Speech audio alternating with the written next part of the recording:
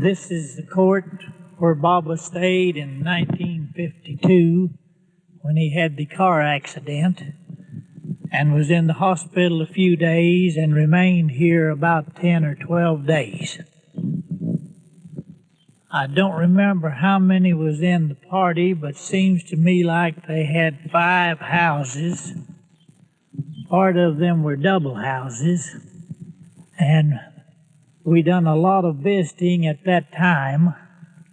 It was in the spring of the year, the best I remember, and we sat around the office here and visited a lot. It was only a couple of blocks up to the cafe, and they walked back and forwards to the cafe during that time, and we had a lot of time to visit. We talked a lot about places in India and their relation and the work they were in, and of course they were interested in what we done around here. This number 10 cabin was where they started. One man stayed in number 10. One in 11, and this back house had 3 rooms in it. There was 3 of them stayed there. Then there was 2 ladies in the crowd, in the bunch, and the 2 ladies stayed over in number 4. We didn't visit too much with them, but the men folks come to the office during the day, and we visited a lot. It was very interesting talking to them. Seems like one of them was a car dealer, the other one was a doctor, one of them was in the grocery business, and one in the picture show business. The best I remember, they were cousins. They told us this was the first time they had been in the United States since 1936. We laughed and talked a lot about how much it cost them. Seems as though it taken $6 of their money to buy $1 of ours, and they thought that was quite expensive for them to come over here and visit. Here is the cabin right here where 2 of the ladies stayed. And as I say, we didn't visit too much with them because they stayed around the cabin and went to the hospital a lot. One of the ladies was hurt seriously and remained about 10 days before they flew her back to the East Coast. We were glad to have them here. We enjoyed talking to them, and we learned a lot about India that we would probably never have known any other way. So we were real glad to have them all that time. Now I'll take you to the wash house where we soaked the blood out of their clothes and washed them for the first time after the accident.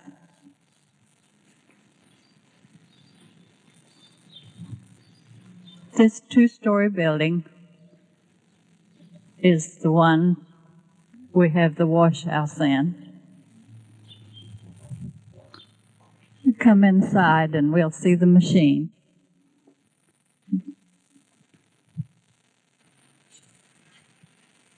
This is the wash house where we soak the mud and blood out of their clothes, and it sat right there in that same spot. After we soaked them in cold water, we washed them in hot water. This was all from that accident? This was all from the car accident.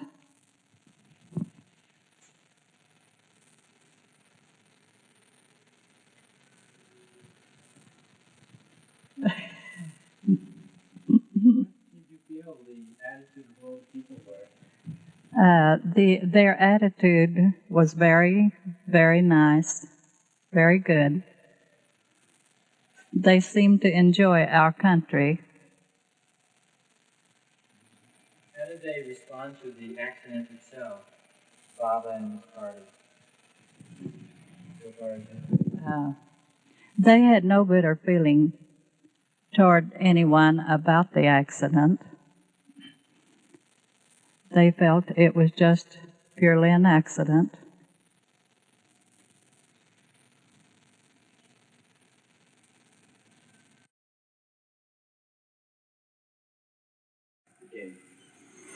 Okay. Dr. Ned Burleson. I was the physician who cared for Mary Baba when they had their accident between Prague and Meeker on or about the 20th of May, 1952. There was a caravan heading for California. There were several people injured. It had been rainy and muddy, and they tracked in a lot of mud. Of course, this is a small hospital, and by the time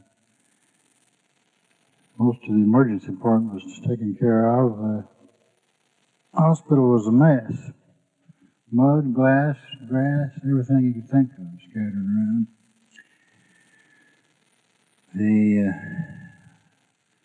One of the ladies' most severe injury was the skull injury, which would look like a cracked egg that had been dropped about 3 feet from the floor.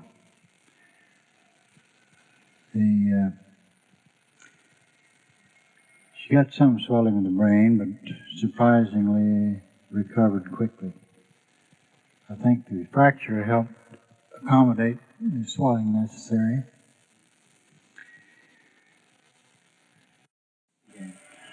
She had some swelling of the brain, but surprisingly, she recovered quickly. She was the one who required most of the time and attention to start with. When the ambulance brought the group in, of course, everybody wanted attention right quick. But as we always do, we pick out those that are most critical and attend to those things first. One of the party by the name of Money, we had put Mary Baba on the only available space left, which was the OB table. Well, he had indicated by his talking on his fingers that he wasn't hurting, and had told me to go ahead and tend to what I was doing. Monty didn't want me to do that. She wanted me to take care of Baba first. Well, I ignored her. And to make a long story short, everything turned out well, and everybody got well. And as soon as we got to the point where I thought they could stand the trip, they all made the trip to North Carolina. Myrtle Beach. The wounds all healed well and no complications. Since then, we've had many visitors who are followers of Baba who have come by and inquired about the incident. Except for that, we would have considered it as any of the other hundreds of cases that have come through our hospital in the last 30 years. Anything else you'd like to hear about? Oh, you might be interested in knowing where it happened, huh? Yeah. About 6 miles west of Prague. There was a side road on the north, and a farmer in a slow vehicle came out ahead of the caravan and caused the wreck, and of course the rest of them piled up on the first one and so forth. By the time it was over, why, a lot of people were injured. I think if it hadn't been so muddy, rainy, probably wouldn't have happened. But that was the last accident I know of that has happened at that particular spot. Most of them occurred east of town. Or at that time, we had a curve at the county line known as Dead Man's Curve. That's where we got most of our wreck cases from. What about the other car? Was there another car involved? Okay. I think those in the other car, the one you're speaking of, was Sarosh K. Irani, he was the secretary and treasurer of the entire group. He handled the money and paid all the bills, and was quite a personality. Another member of that car was Money. None of those were injured, and of course we're very anxious about all the others. Was there another car which was in collision with Baba's car? Well, the car coming in from the side, from the north, was the one that hit Baba's car. What happened to those people? No, they weren't injured. The farmer who ran into them wasn't injured at all. In fact, I think the wreck was probably produced by an attempt to avoid it by the driver of the first car.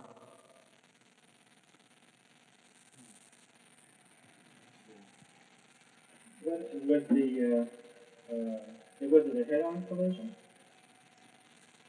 Oh, I didn't go out there and take a picture of it. I heard stories about it. And while I was being told the stories, I was busy doing something else, so I didn't have any graphic account of exactly how it happened and who was driving what.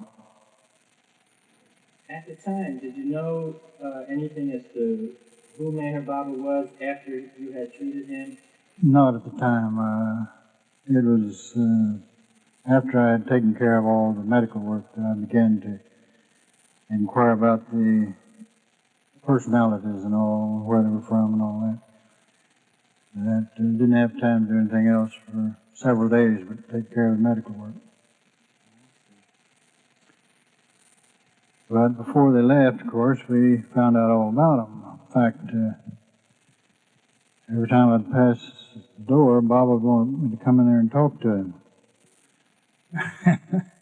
And it was very pleasant to do it. For someone I had to interpret at that time, he talked entirely by his fingers. And Mana or Soros, Irani, someone would interpret what he was saying. And another individual who showed up later was Dr. Duncan, who's an MD from Scotland, I think. He's since dead, I heard, several years ago. What did Baba say to you when he would call you in? Oh, I remember one line of conversation, I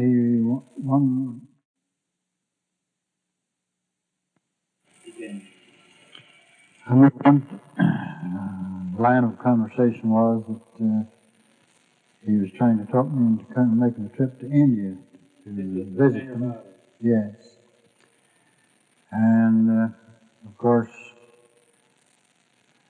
a topic of that kind could go on and on. There are so many related subjects to a venture of that type. And, of course, at the time, I could never imagine having the time to make a trip of that length. And still couldn't, as far as that's concerned. Because too many things demand my time right here. In fact, I hadn't seen all of the United States yet. But you might, one of the outstanding characteristics of the entire group was as I look back on it, was the lack of malice of any of them in the group. It's unusual. Usually with a group of that number, you'll find a screwball somewhere in the bunch. But this group, there wasn't any such. It was quite a select group of people. Of course, since then, I've learned that Baba has a lot of followings all over the world, followers, especially in the United States, and evidently is still developing more as time goes on. It's interesting to hear some of the conversations that you might have had with Father. Well, of course, that was a long time ago. If you could have come by a few weeks after he left, I could have told you quite a few. That was 20 years ago, next month. And Did you note any humor? oh yes, he was always smiling and cutting up. He was never what you might call serious and depressed or anything like that. Even when he was in pain, right after the accident, he acted like he wasn't. He said, "Go ahead and take care of everybody else. I'm not hurting."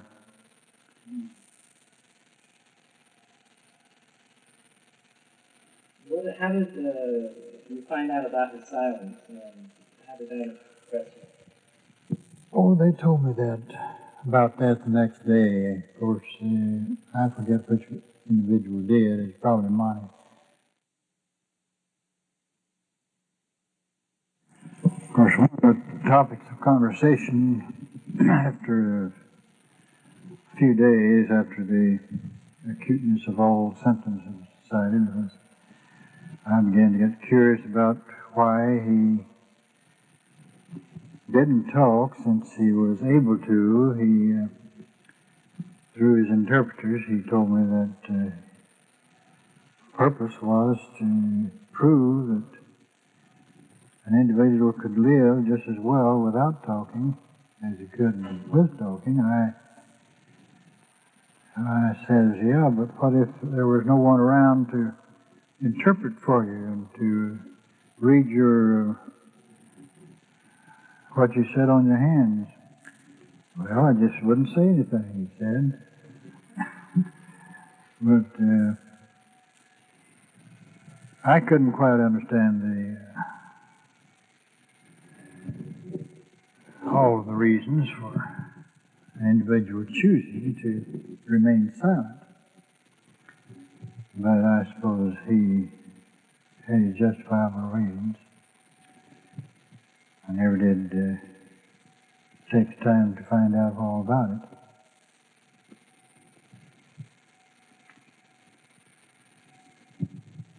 Do you find it interesting communicating with Father, even with silence? Oh, yes. Yes, he was actually a very tiny fellow, about the size of Charles Chaplin, as I remember. Didn't eat much, and evidently probably had disciplined himself all his life, in more ways than one. What kind of discipline did you feel that he had?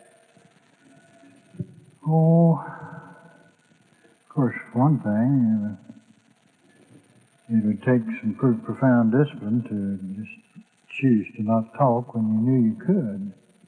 And you'd go for years and not say a word when you knew you could. Look, I sometimes asked him if he hadn't been caught unaware sometimes by someone who would get him riled up or excited and he'd burst out with something in his way of speech. No, he never had done that. And an average normal person undoubtedly would have, even if it might have been in their sleep or something, but he never did.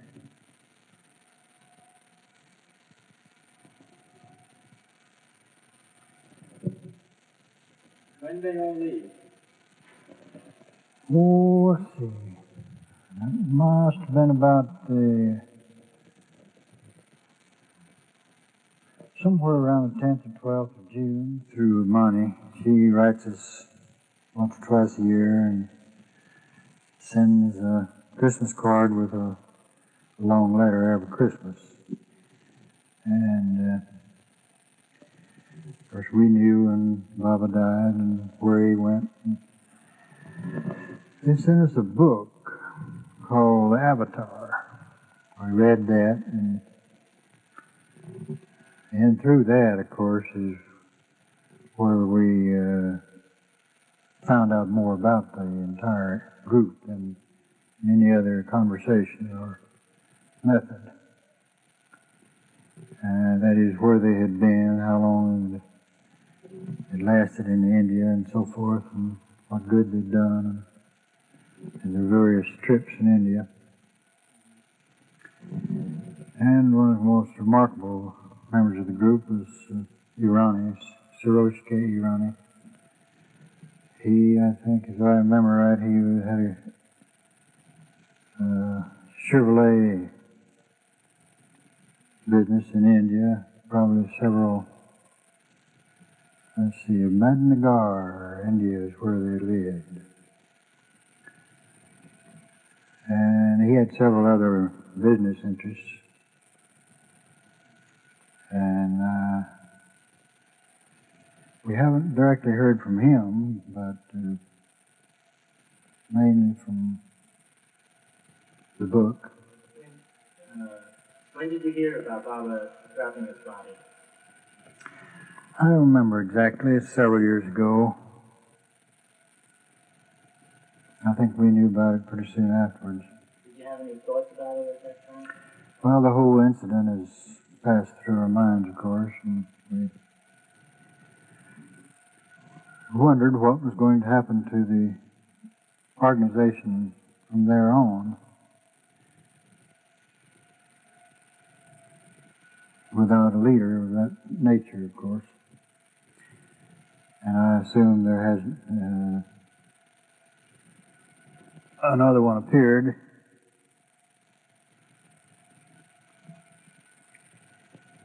What do you think was the high point in the whole connection that you had with Ned Baba?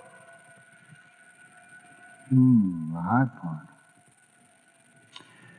Of course, the high point to me, personally, was getting them all well and without any complications. That was, especially the one with the head injury, that was something.